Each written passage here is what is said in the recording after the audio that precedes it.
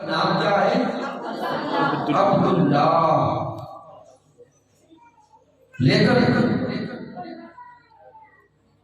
اسلام قبول کرنے سے پہلے آپ کا نام عبدالکعبہ تھا. آپ کی دو کنیتیں مشہور ہیں، ایک عتیق اور دوسری صدیق.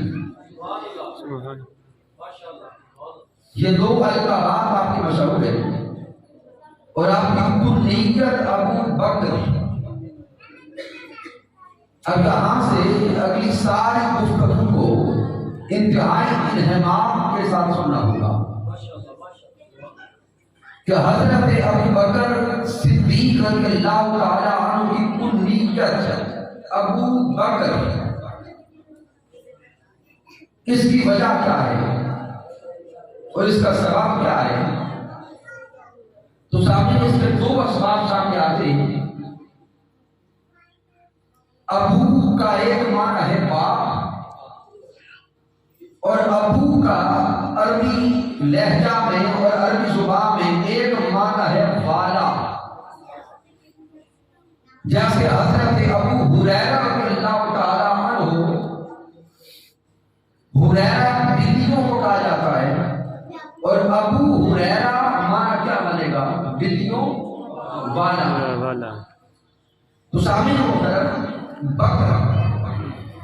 بکر عربی زبان میں جوان اونٹ کو کہا جاتا ہے، اور حضرت ابو بکر صدیق رضی اللہ تعالی عنہ کی جو اسپیشلائزیشن تھی، آپ اونٹوں کا علاج بڑی مہارت سے کرتے تھے، اور اونٹوں کے ساتھ آپ کو بڑا پیار تھا. تو اونٹوں کے ساتھ اس پیار کی نسبت سے ابو بکر کہا جانے لگا کہ اونٹوں والا. لیکن لفظ بکر پہ اگر لغوی کے اعتبار سے توجہ کریں تو بکر کا ایک معنی ہے پہلے آنے والا، پہلے، آغاز. تو چونکہ حضرت ابو بکر صدیق اسلام قبول کرنے میں اول تھے، آقا کی غلامی میں آنے میں اول تھے، اس لیے اسلام قبول کرنے میں چونکہ آپ اول تھے، اس لیے آپ کو ابو بکر کہا جانے لگا. سبحان اللہ. پھر سامعین محترم، جو حضرت ابو بکر صدیق کا اسلام قبول کرنے سے پہلے نام تھا، وہ تھا عبدالکعبہ. آپ ذہن میں سوال پیدا ہوگا کہ آپ کا نام پہلے عبدالکعبہ کیوں رکھا گیا؟ تو وہ اس لیے رکھا گیا کہ آپ کے جو والدین ہیں ان کے ہاں جو بھی اولاد ہوتی تھی وہ زندہ نہیں رہتی تھی، فوت ہو جاتی. تو حضرت صدیق اکبر کی والدہ محترمہ وہ حرم کعبہ میں تشریف لے گئی، اور کعبہ اللہ کے ساتھ کھڑے ہو کر منت مانتی ہے کہ اگر میری آنے والی اولاد زندہ نہیں تو اس کو اے کعبہ تیرے ساتھ جوڑوں گی، اس کو تیری نسبت دوں گی، اور اس کو تیرا تعلق دوں گی، اس کو تیری چاکری کے لیے وقف کر دوں گی. تو حضرت صدیق اکبر کی والدہ محترمہ نے یہ منت مانی تھی. جب حضرت صدیق اکبر کی ولادت ہوئی تو آپ کی والدہ محترمہ نے آپ کا نام ہی عبدالکعبہ رکھ دیا. سبحان اللہ. جب آپ آقا کی غلامی میں آئے اور تاجدار کائنات کا کلمہ پڑھا تو میرے سونے آقا نے آپ کا نام بدل کر عبداللہ کر دیا. تو اب اگر آپ کے القابات پہ غور کریں، عتیق اور صدیق، تو سامعین محترم اگر ان القابات کو دیکھا جائے، ظاہراً جو آپ کا لقب اور ٹائٹل صدیق ہے، اس کا اعلان میرے آقا علیہ السلام نے تصدیق کے واقعہ معراج پہ دیا. اس کی آپ میں یہی مشہور ہے کہ جب حضرت صدیق اکبر رضی اللہ تعالیٰ عنہ نے واقعہ معراج کی تصدیق بغیر کسی دلیل کے کی تو میرے آقا نے آپ کو لقب صدیق عطا کر دیا۔ سبحان اللہ۔ لیکن سامعین محترم یاد رکھیں اس وقت اس لقب صدیق کا اعلان ہوا تھا، عطا نہیں ہوا تھا۔ حضرت صدیق اکبر کا جو لقب صدیق ہے یہ آپ کو اس دنیا میں بھی آنے سے پہلے اللہ نے عطا کر دیا تھا۔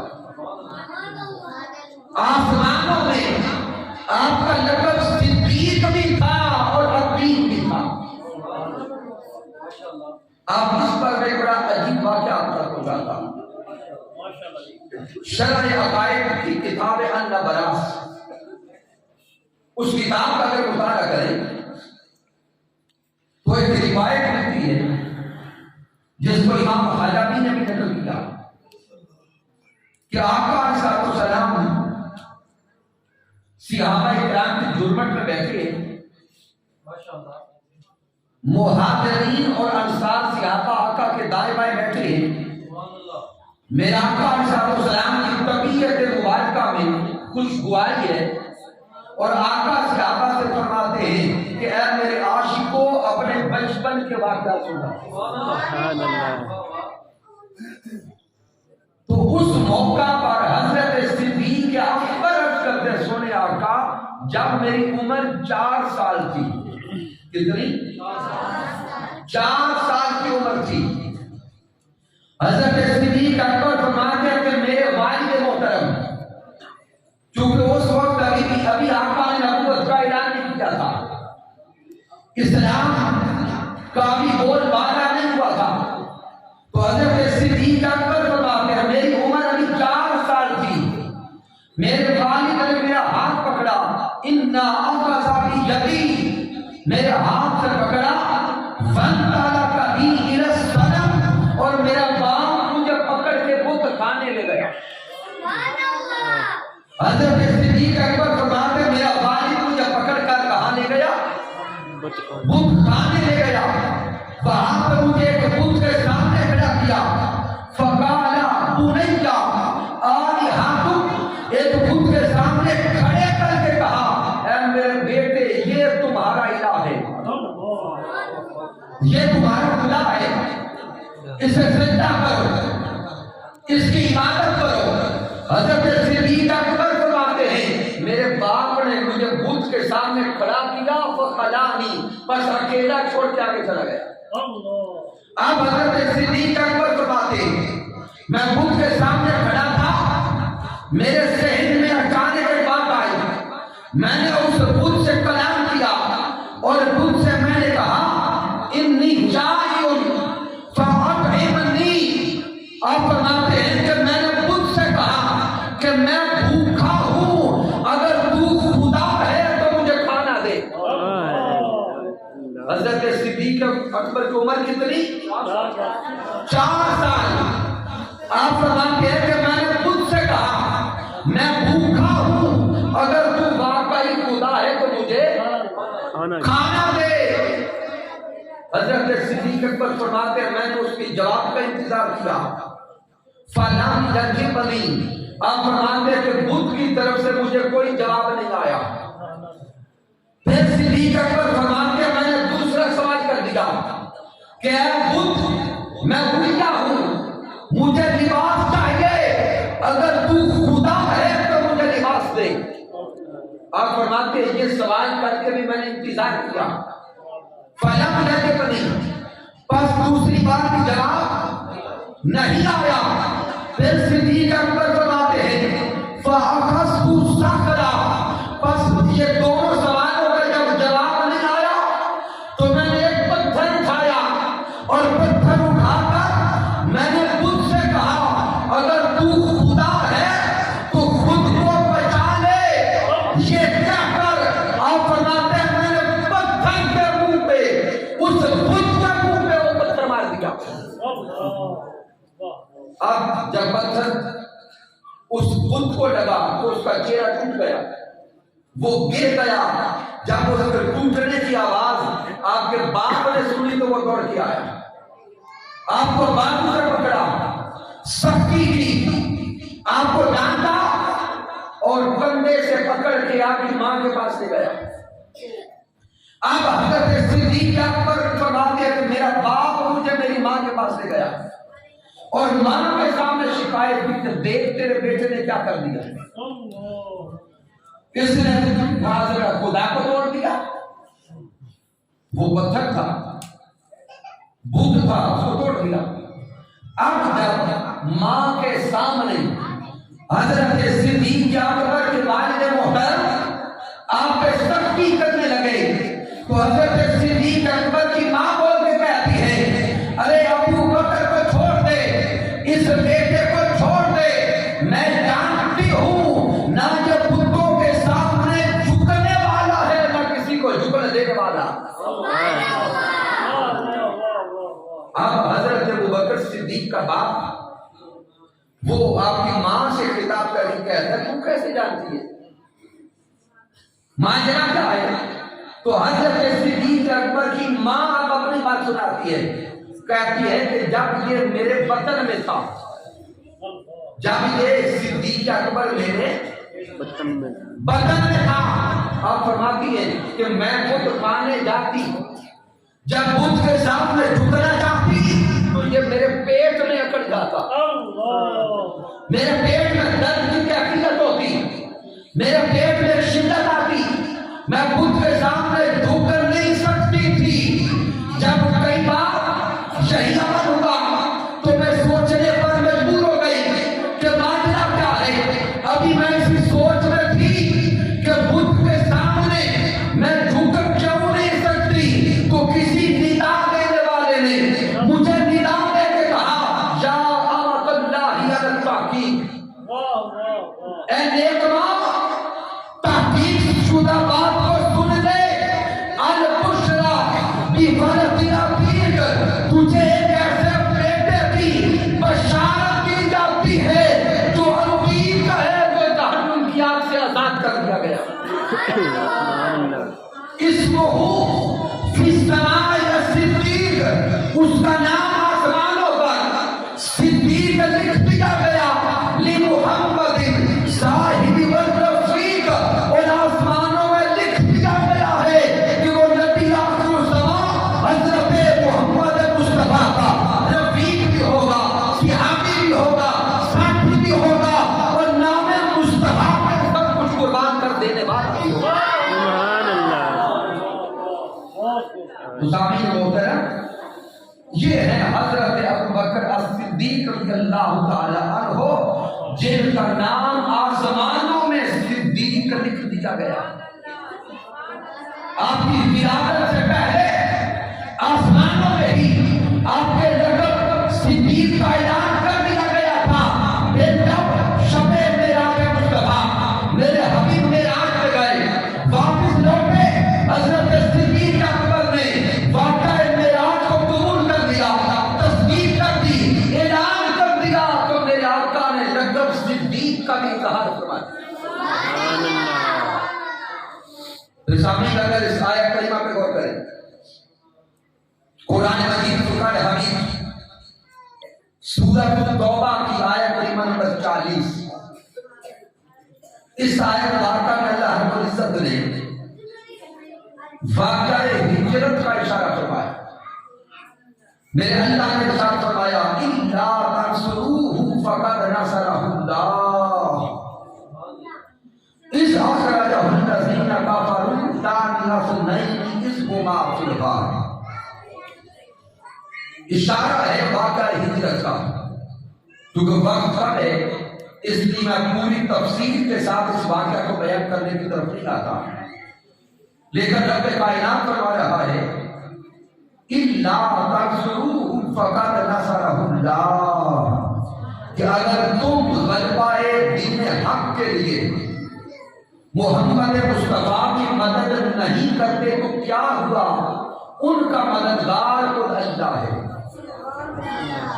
ان کا مددگار خود اللہ ہے. آگے پھر بیان کر دیا اس اخرجہ الذین کفروا ثانی اثنین اذ ہما فی الغار. اب یہ واقعہ ہے کہ آپ کا علیہ السلام جب اپنے در دولت سے نکلے ہجرت فرمانے کے لیے دروازہ صدیق اکبر پہ گئے. رات کا پہر ہے. آقا علیہ السلام اپنے در دولت سے نکلے. حضرت ابوبکر صدیق کے دروازے پہ پہنچے.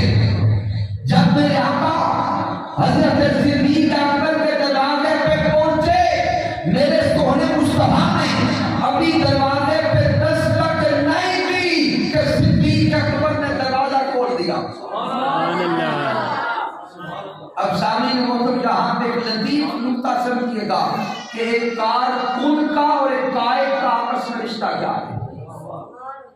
تاجدار کائنات قائد ہے, میرے سونے مصطفیٰ قائد ہیں, حضرت صدیق اکبر کارکن ہیں. میرے آقا نے ایک بار فرما دیا تھا کہ ایک وقت آئے گا ہم بھی ہجرت کر جائیں گے, کوئی رفیق ہمارے ساتھ ہوگا.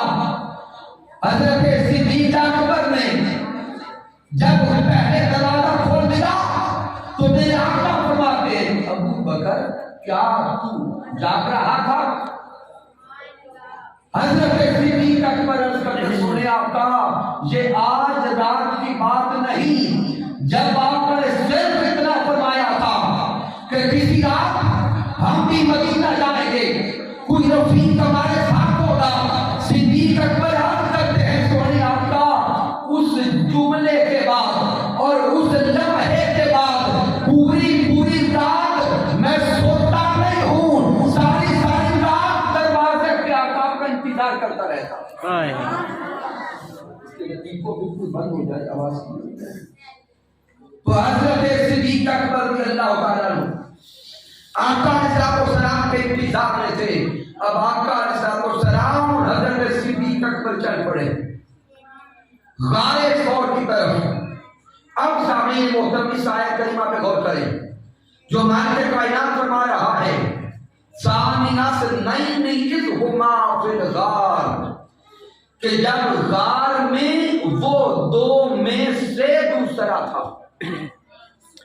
غار میں وہ دو میں سے دوسرا تھا. اب سامعین محترم اس میں تو شک نہیں ہے کہ غار میں فقط دو تھے. ایک پیارے آقا علیہ السلام تھے, دوسرے حضرت صدیق اکبر تھے. اللہ رب العزت کے انداز کلام پہ غور کریں. میرا اللہ فرماتا ہے جب وہ دو میں سے دوسرا تھا. اب ذہن میں سوال پیدا ہوگا کہ دو میں سے دوسرا کون ہے؟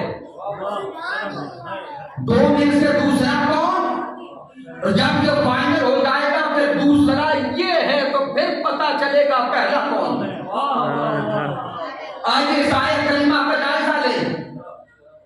ثانیہ اثنین اذ ہما فی الغار, کہ جب غار میں وہ دو میں سے دوسرا تھا اور وہ دوسرا اپنے صحابی سے فرما رہا تھا اذ یقول لصاحبہ لا تحزن ان اللہ معنا. جو دوسرا ہے وہ اپنے صحابی سے فرماتا ہے اے میرے صحابی غم نہ کر, اللہ ہمارے ساتھ ہے. اب سامعین محترم بادشاہ لوگ بیٹھے توجہ اس آیت کریمہ پہ رکھیں. جو دوسرا ہے وہ اپنے صحابی سے فرما رہا ہے غم نہ کر.